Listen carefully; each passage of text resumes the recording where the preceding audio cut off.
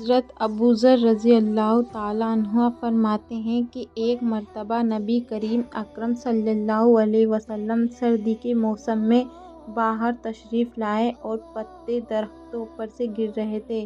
آپ نے ایک درخت کی ٹہنی ہاتھ میں لی، اس کے پتے اور بھی گرنے لگے۔ آپ نے فرمایا، اے ابو ذر، مسلمان بندہ جب اخلاص سے اللہ کے لیے نماز پڑھتا ہے تو اس کے گناہ ایسے ہی گرتے ہیں جیسے یہ پتے درخت سے گر رہے ہیں۔ سردی کے موسم میں درختوں کے پتے ایسی کثرت سے گرتے ہیں کہ بعض درختوں پر ایک بھی پتا نہیں رہتا۔ نبی اکرم صلی اللہ علیہ وسلم کا پاک ارشاد ہے کہ اخلاص سے نماز پڑھنے کا اثر بھی یہی ہے کہ اس کے سارے گناہ معاف ہو جاتے ہیں، ایک بھی نہیں رہتا۔ مگر ایک بات قابل لحاظ ہے، علماء کی تحقیق آیت قرآنیہ اور حدیث نبویہ کی وجہ سے یہ ہے کہ نماز وغیرہ عبادت میں صرف گناہ صغیرہ معاف ہوتے ہیں، کبیرہ گناہ بغیر توبہ کے معاف نہیں ہوتا۔ اس لیے نماز کے ساتھ توبہ اور استغفار کا اہتمام بھی کرنا چاہیے، اس سے غافل نہ ہونا چاہیے۔ البتہ حق تعالیٰ شانہ اپنے فضل سے کسی کے کبیرہ گناہ بھی معاف فرما دے تو دوسری بات ہے۔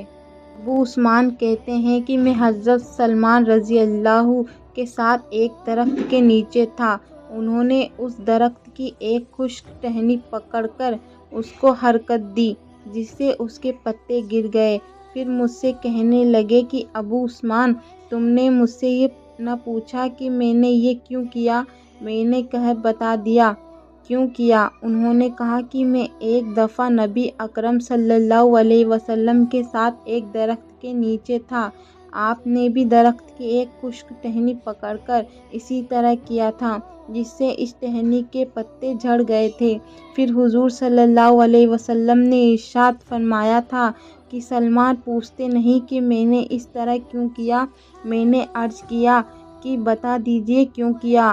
آپ نے ارشاد فرمایا تھا کہ جب مسلمان اچھی طرح سے وضو کرتا ہے پھر پانچوں نمازیں پڑھتا ہے تو اس کی خطائیں اسی سے ایسے ہی گر جاتی ہیں جیسے یہ پتے گرتے ہیں۔ پھر آپ نے قرآن کی آیت اقیم الصلاۃ طرفی النہار تلاوت فرمائی، جس کا ترجمہ یہ ہے کہ قائم کر نماز کو دن کے دونوں سروں میں اور رات کے کچھ حصوں میں، بے شک نیکیاں دور کر دیتی ہے گناہوں کو۔ یہ نصیحت ہے نصیحت ماننے والوں کے لیے۔ حضرت سلمان رضی اللہ تعالیٰ عنہ نے جو عمل کر کے دکھلایا، یہ صحابہ کرام رضی اللہ عنہم اجمعین کے محبت کی چھوٹی مثال ہے۔ جس طرح محبوب کو کرتے دیکھتے ہیں، جو لوگ محبت کا ذائقہ چکھ چکے ہیں وہ اس کی حقیقت سے اچھی طرح واقف ہیں۔ اسی طرح صحابہ کرام رضی اللہ تعالیٰ عنہم نبی اکرم صلی اللہ علیہ وسلم کے ارشادات نقل کرنے میں اکثر ان افعال کی بھی نقل کرتے تھے جو اس ارشاد کے وقت حضور صلی اللہ علیہ وسلم نے کیے تھے۔ نماز کا اہتمام اور اس کی وجہ سے گناہوں کا معاف ہونا جس کثرت سے روایت میں ذکر کیا گیا ہے، اس کو احاطہ دشوار ہے۔ پہلے معلوم ہو چکا ہے، مگر حدیث میں صغیرہ کبیرہ کی کچھ قید نہیں ہے، مطلق گناہوں کا ذکر ہے۔ میرے والد صاحب مولانا محمد یحییٰ صاحب رضی اللہ تعالیٰ عنہ رحمۃ اللہ علیہ نے تعلیم کے وقت اس کی دو وجہیں ارشاد فرمائی تھیں۔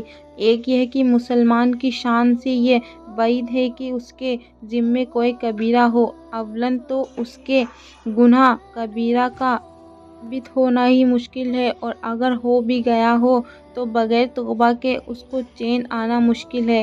مسلمان کی مسلمانی شان کا تقاضا یہ ہے کہ جب اسے کبیرہ صادر ہو جائے تو اتنے رو پیٹ کر اس کو دھو لینے اس کو چین نہ آئے۔ البتہ صغیرہ گناہ ایسے ہیں کہ ان کی طرف بسا اوقات التفات توجہ نہیں ہوتا اور ذمے پر یہ رہ جاتا ہے جو نماز وغیرہ سے معاف ہو جاتے ہیں۔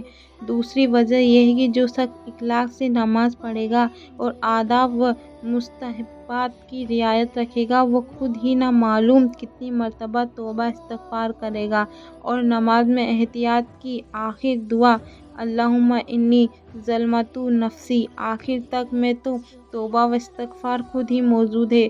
ان روایتوں میں وضو کو بھی اچھی طرح سے کرنے کا حکم ہے، جس کا مطلب یہ ہے کہ اس کے آداب اور مستحبات کی تحقیق کر کے اس کا اہتمام کرو۔